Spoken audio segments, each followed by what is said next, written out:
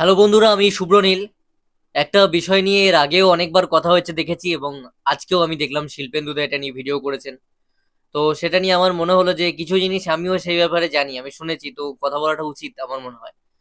আদৌ কি শাকিব খানকে জিদ্দা অপমান করেছেন, নাকি জিদ্দা সত্যিকারই ইন্টেনশনালি অপমান করেছেন, নাকি মহারাজের কারণে এত কিছু ঘটলো, মহারাজের ওই প্রশ্নর জন্য যে শাকিব খানের এই পার বাংলাতে ছবিটা রিলিজ হচ্ছে, তুফান রিলিজ হচ্ছে, সেটা নিয়ে জিদ্দা কি বলবে? And জিদ্দার পাল্টা উত্তর, বাজার খোলা আছে, যে কেউ আসতে পারে। খুব সিম্পল উত্তর। এবার এটাই কি অপমান করা হয়েছে ইন্টেনশনালি? কি সত্যিই জিদ্দা অপমান করলেন শাকিব খানকে? আদৌ কি শাকিব খান অপমানিত হলো, নাকি জিনিসটা তৈরি করা হচ্ছে ম্যানমেড, নাকি মহারাজের জন্য পুরো ঘটনাটা ঘটলো, নাকি মহারাজের প্রশ্ন করা উচিত ছিল না উচিত ছিল না? বুমেরাং ছবির প্রমোশনে গিয়ে মহারাজ প্রশ্ন করছে যে তুফান ছবি এপার বাংলায় রিলিজ হবে, সেটা নিয়ে কি বলবে? তো আমার মনে হয় যে এই সমস্ত জিনিস, এই নিয়ে অনেক জল ঘোলা হচ্ছে, অনেকে করেছে, এর আগেও করেছে। জল ঘোলাটা হচ্ছে বলেই না এত সমস্যা। এই জল ঘোলাগুলো হচ্ছে বলে আবার আমি এখন বসলাম। শিল্পেন্দুদা আজকে সকালে বানিয়েছে, দুপুরবেলার দিক করে দেখলাম আমি ভিডিওটা। অনেকে প্রথমেই বানিয়ে ফেলেছে সেই সময়টায়। কিছু কন্টেন্ট ক্রিয়েটার অ্যাকচুয়ালি কিন্তু নিজেদের স্বার্থের জন্য বানিয়েছে, এটা হচ্ছে সর্বপ্রথম। এবং আদৌ এই কথাটার মধ্যে এমন কোনো কিছু খারাপ ছিল না যে বাজার খোলা আছে, যে কেউ আসতে পারে, যে কারণে শাকিব খান অপমানিত হচ্ছেন। শাকিব খানকে কোথায় অপমান করছে জিদ্দা? এই কথাটা তো খুব স্বাভাবিক যে যে কেউ আসতে পারে। এবার যে কেউটা যদি সাকিব ভক্তদের, সাকিব ইয়ানদের মনে হচ্ছে যে কেউ, সাকিব খান এত বড় মেগাস্টার, তাহলে এটা কি চিন্তা বলতে পারতেন যে সাকিব খান আসতে পারে, অন্য কেউ আসতে পারে না? বা এইভাবে কি সাজিয়ে গুছিয়ে কিছু বলতেন? বা যদি যে কেউটা কেন, মানে সবাইকে বুঝিয়ে দেওয়া, যে কেউ এর কিন্তু একটা ঊর্ধ্ব মানে আছে। যে কেউ মানে হচ্ছে সাকিব খান কেন, যে কোনো নায়ক, যে কোনো দেশের যে কোনো স্টার তার ছবি এখানে রিলিজ করাতেই পারে।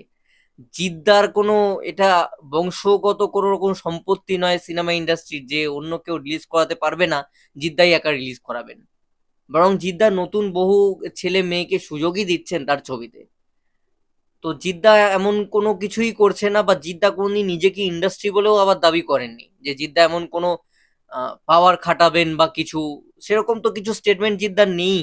তো জিদ্দা কি বলতে পারতেন এই জায়গা থেকে? জিদ্দা খুব স্পষ্টভাবে একটা জিনিসই বলেছে, যে কোনো নায়ক মানেই যে কেউ, যে কেউ আসতে পারে, বাজার খোলা আছে, যে কেউ রিলিজ করাতে পারে। বাজার মানে কি? ব্যবসার জায়গা তো। সিনেমাটা কি মানে ফকটায় তো হচ্ছে না, ফ্রিতে তো কিছু হচ্ছে না। ফ্রি ফাও কিছু হয় কি? হয় না তো।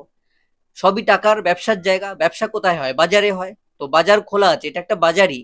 সেই বাজারে দেবদা একটা ব্যবসা করছে, তার ছবির, জিদ্দা ব্যবসা করছে, সাকিব খান নিজের মতন ব্যবসা করছেন। তো এটা ব্যবসার জায়গা, বাজার। এটা একটা বাজারই। আর আমরা হচ্ছে সেই বাজারের ক্রেতা, আর ওরা হচ্ছে বিক্রেতা, আমাদের কাছে বিক্রি করে, আমরা কিনি, সেই টাকাতে ওদের আবার সংসার চলে। খুব স্পষ্ট ভাই, এতে কোনো অপমানের কোনো জিনিসই নেই। সেই জিনিসটা কিন্তু আমি জানি, শিক্ষিত বুদ্ধিমান যারা ভক্ত রয়েছে তারা কেউ অপমান হিসেবে ধরেও নি, জলঘোলাও করেনি। করছে কিছু পেজ অ্যাডমিন, সাকিব খানের কিছু ভক্ত, আবার তার পাল্টা জিদ্দার কিছু ভক্ত কন্টেন্ট ক্রিয়েট করে দিচ্ছে। সব জায়গায় পয়সা, ভিডিওতে পয়সা, ছবি পোস্ট করলে এডিট করে পয়সা, এখন সব জায়গায় পয়সা। ফেসবুকে পয়সা, ফেসবুকে এখন ফটো মনিটাইজেশন হয়ে গেছে, বোনাস দিচ্ছে। ইনস্টাগ্রামে বোনাস বোধহয় এখন দিচ্ছে না, বা বোনাস দিত। তো সেখানেও একটা টাইম একটা মনিটাইজেশন প্ল্যাটফর্ম। অথবা তুমি পোস্ট করে ফলোয়ার্স বাড়াতে পারলে সেখান থেকেও টাকা তুমি আর্ন করতে পারো, স্পন্সরশিপ রয়েছে। তো প্রচুর জায়গা রয়েছে, তুমি সব জায়গা থেকেই টাকা আর্ন করতে পারো, টাকা আর্নিং এর সমস্ত প্ল্যাটফর্ম হয়ে গেছে। তো তোমরা মাঝখান থেকে ক্যাচাল করছো, ঝগড়া করছো, দুটো হিরোর ক্ষতি হচ্ছে, দুটো ইন্ডাস্ট্রির, দুটো হিরোর মার্কেটের মধ্যে, ভক্তদের মধ্যে ভাগাভাগি হয়ে যাচ্ছে, সেন্টিমেন্টাল ইস্যু তৈরি হয়ে যাচ্ছে। জিদ্দার ছবি বাংলাদেশে ভালো ব্যবসা করে, তো সেটা হয়তো কিছু ভক্তের কারণে নেগেটিভিটি যখন ছড়াবে, বা দেশের হিরো, বাংলাদেশের হিরোকে জিদ্দা অপমান করেছেন এটা যখন রটবে, তখন তারা গিয়ে আর হলে দেখবে না জিদ্দার ছবি। আমাদের হিরোর লস। আবার আমাদের হিরোর যখন লস হবে, তখন সাকিব খানের ছবি এদেশের জিদ্দার ফ্যানেরা নেগেটিভিটি করবে, তখন সাকিব খানের ছবি এখানে চলবে না, আমাদেরও ইগোতে লাগবে। আমাদের দেশের নায়কের ছবি দেখছে না, আমাদের দেশের নায়কের ছবি ও দেশে চলে না, সুপার ফ্লপ হয়, তাহলে আমরা কেন সাকিব খানের ছবি দেখবো? এই জিনিসগুলো কিন্তু ক্রিয়েটেড হয়ে যাচ্ছে, কিন্তু মাঝখান থেকে দেখো কিছু কন্টেন্ট ক্রিয়েটার পয়সা কামিয়ে বেরিয়ে যাচ্ছে। এটা হলো আসল কথা। তো এটাই কোনো অপমান নেই, জিদ্দা কোনো রকম অপমান করেননি, এবং সাকিব খান অপমানিত হওয়ার মতন স্টেজে নেই। এবং কেউ অপমান করলেও তার একটা পার্সেন্টও কিছু যায় আসে না। অ্যাকচুয়ালি উনি এত বড় স্টার, এত বড় মেগা স্টার। তো শাকিব খান অপমানিত হনও নি এবং শাকিব খানকে জিদ্দা অপমান করেনও নি। দুজন দুটো ইন্ডাস্ট্রির বিশাল বড় পার্ট, দুজনেই ছাড়া মানে দুটো ইন্ডাস্ট্রি অসম্পূর্ণ অ্যাকচুয়ালি। তো এই দুজন স্টার কিন্তু দুজন স্টারকে সম্মানও করে। আমরা প্রিভিয়াসলি ছবি দেখেছি, মিটিং হয়েছে ওদের যখন দুতরফা ছবি পোস্ট, এবং দুজনেরই দুজনের প্রতি সম্মান আছে। একজন স্টার একজনকে স্টারকে সম্মান করে সব সময়, কারণ সে বোঝে যে জিদ্দা বোঝে জিদ্দা যে একজন সুপারস্টার হয়েছে তার আগে তাকে কতটা কসরত, কত কিছু শুনতে হয়েছে, কত নেগেটিভিটি ফেস করতে হয়েছে।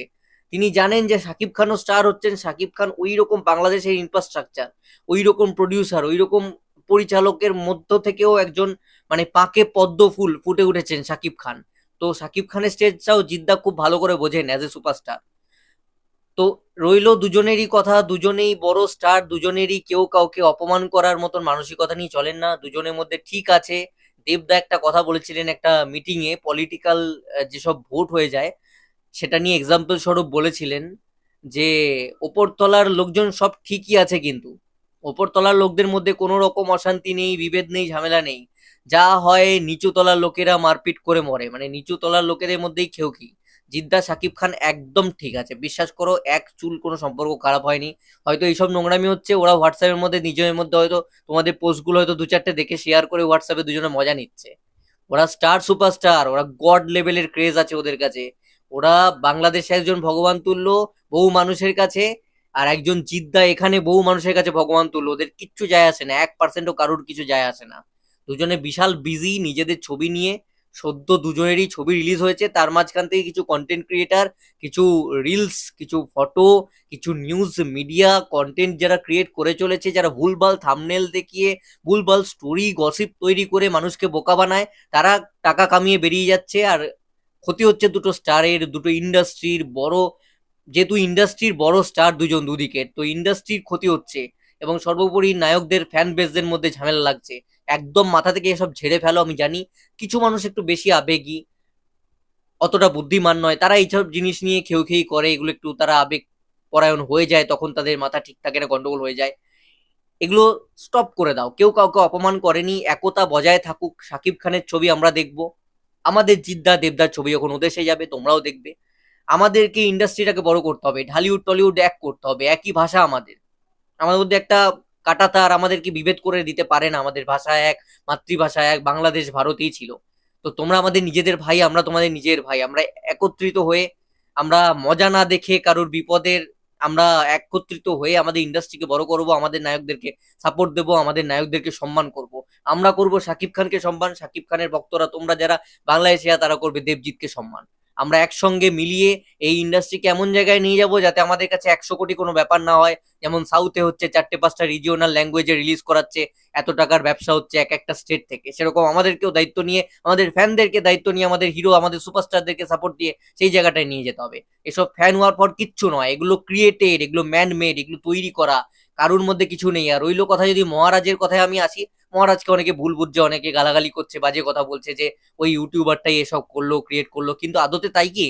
আমার সঙ্গে বুমেরাঙের স্পেশাল স্ক্রিনিং এ মহারাজের অনেকক্ষণ কথা হয়, তখন এটা নিয়ে খুব চর্চা হচ্ছে, তখন এই ভিডিওটা মহারাজের ভাইরাল। তো মহারাজ কিন্তু, যদি তোমরা লক্ষ্য করো, মহারাজ যখন চেঙ্গিজের সময় জিদ্দার ইন্টারভিউ করে, অনেকটা বড় ইন্টারভিউ করেছিল, কিন্তু এই ইন্টারভিউটা মহারাজের ছোট। ইচ্ছে করে কি কেউ, কোনো কন্টেন্ট ক্রিয়েটার যে ডাক পেয়েছে জিদ্দার মতন সুপারস্টার থেকে, তো তিনি কি, কোনো কন্টেন্ট ক্রিয়েটার কি এত কম সময়ের ইন্টারভিউ কেউ করবে কোনো রকম বাধা না পেলে? কেউ ইচ্ছা খুশিতে তো এত কম সময়ের, এত কম ডিউরেশনের ভিডিও বানিয়ে ফিরবে না। জিদ্দার মতন সুপারস্টারকে হাতের সামনে পেয়ে নিশ্চয়ই 1 বছর পর যাচ্ছে, কবে পাবে না পাবে অনেক প্রশ্ন নিয়ে রেডি হয়ে যাবে। মহারাজও গেছিল, মহারাজের কাছে যা কোয়েশ্চেন ছিল তাতে 30 মিনিট 35 মিনিটে ইন্টারভিউ করা যায়, বাট জিদ্দা ব্যস্ত মানুষ, জিদ্দার কাছে সময় ছিল না অতক্ষণ, এবং তার আগে সিনিয়র যারা রয়েছে তারা একটু লং ডিউরেশনে, তোমরা ইন্টারভিউগুলো দেখলেই বুঝতে পারবে, তারা ইন্টারভিউ করে ফেলে। আমরা ভিডিওগুলো আমাদের কাছে অ্যাভেলেবেল রয়েছে, রূপম দা, অরিত্রদার প্রত্যেকের চ্যানেলেরই, শিল্পেন্দু, তাদের ইন্টারভিউগুলো তুলনামূলক ডিউরেশনে মহারাজের চেয়ে বড়। তো ন্যাচারালি টাইমটা মহারাজ যখন পরে করতে গেছে তখন শর্ট হয়ে গেছে ব্যাপারটা। তো তাই জন্য হয়তো সব প্রশ্ন করতে পারেনি মহারাজ, এবং জিদ্দাও ব্যস্ত মানুষ, জিদ্দাকে বেরিয়ে যেতে হয়। এবার সেখানে মহারাজের কাছে কিন্তু প্রচুর কোয়েশ্চেন ছিল রেডি করা ফোনে। এবার মহারাজ কিন্তু, তোমরা খুব ভালো করে ভিডিওটা দেখবে, ফোনে প্রশ্ন দেখে দেখে করছিল যে কোনটা করব কোনটা করব না, কোনটা ইম্পর্টেন্ট একটা তুলে ধরতে পারলে কোনো রকমে শেষ হয়ে যাবে, মানে ইম্পর্টেন্ট কয়েকটা টাচ দিয়ে দিয়ে বেরিয়ে যায়, সব তো করতে পারবো না, তাড়াহুড়ো করছে জিদ্দার ওখান থেকে।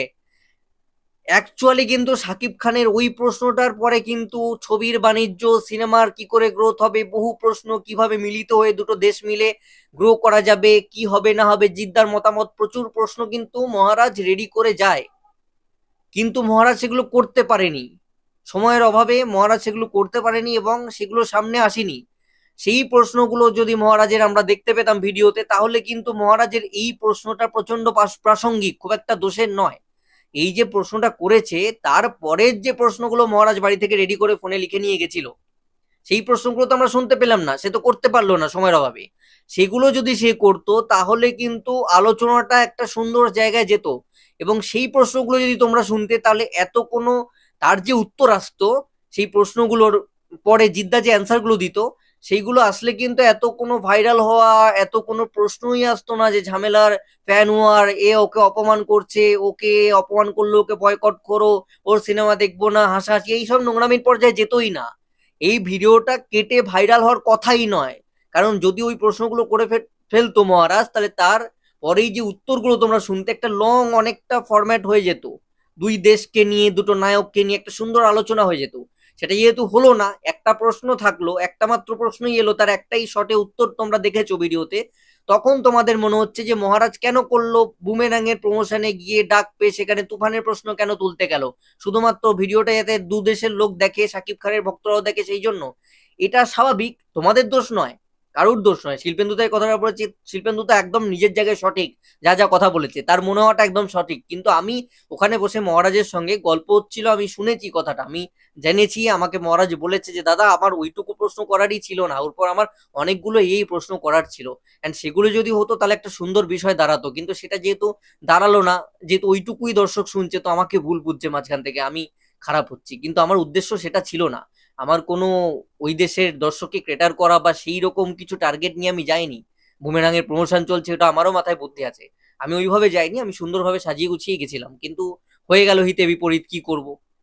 তো আমি এই জিনিসটা শুনলাম, অ্যান্ড আজকে যেহেতু আমি জানি, হয়তো এগুলো কেউ জানে না, মহারাজ এই জিনিসগুলো আমার সাথে শেয়ার করেছে, হয়তো এগুলো কেউ জানে না, তার আক্ষেপের এই কথাগুলো, তো সেটা আমি যেহেতু জানি, সেই জন্য আমার মনে হলো যে আজকে যেহেতু শিল্পেন্দুদার মতন একজন বড় এরকম ইউটিউবার, রিভিউয়ার একজন কথা বলছে, তো আমার মনে হলো যে আমি যেহেতু আমি একজন ছোটখাটো, কিন্তু সবে শুরু করছি, নতুন একদম, এরা সব আমার কাছে গুরু আর কি, তো আমি যেহেতু জানি বিষয়গুলো, তো আমার মনে হলো যে আজকে খুব ক্ল্যারিফাই করা বিষয়টা দরকার, সেই জন্যই এই ভিডিওটা আমার পার্টিকুলারলি আজকে বানানো।